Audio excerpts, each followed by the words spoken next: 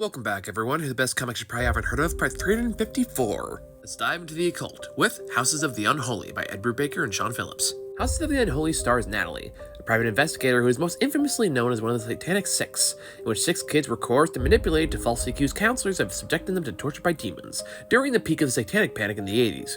But decades later, she's found by Agent West of the FBI, who informs her that someone appears to be targeting and killing the other people in the Satanic Six, and he needs her help to track down those who remain.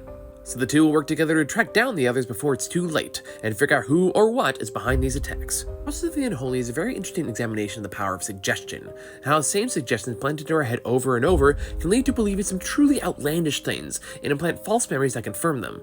It's about just how easy it is to convince people to believe obvious lies. In fact, it's easier today to convince people of this stuff than it was back in the Satanic Panic, with the invention of the internet. And because a not insignificant number of people really want the stuff to be true, they will do anything and everything to make it so, regardless of how unhinged it ultimately becomes. You would hope that as people get older, they recognize they were dragged into a cult and work their way out of it, but the reality is, a lot of people don't. All to drive home the point that while you don't need to take what they believe seriously, and you shouldn't, you should take what they're willing to do about it extremely seriously, and treat it as the real and present threat that it is. Houses of the Unholy serves as a reflection on cults and false memories, and works as a dire warning for the present. Highly recommend.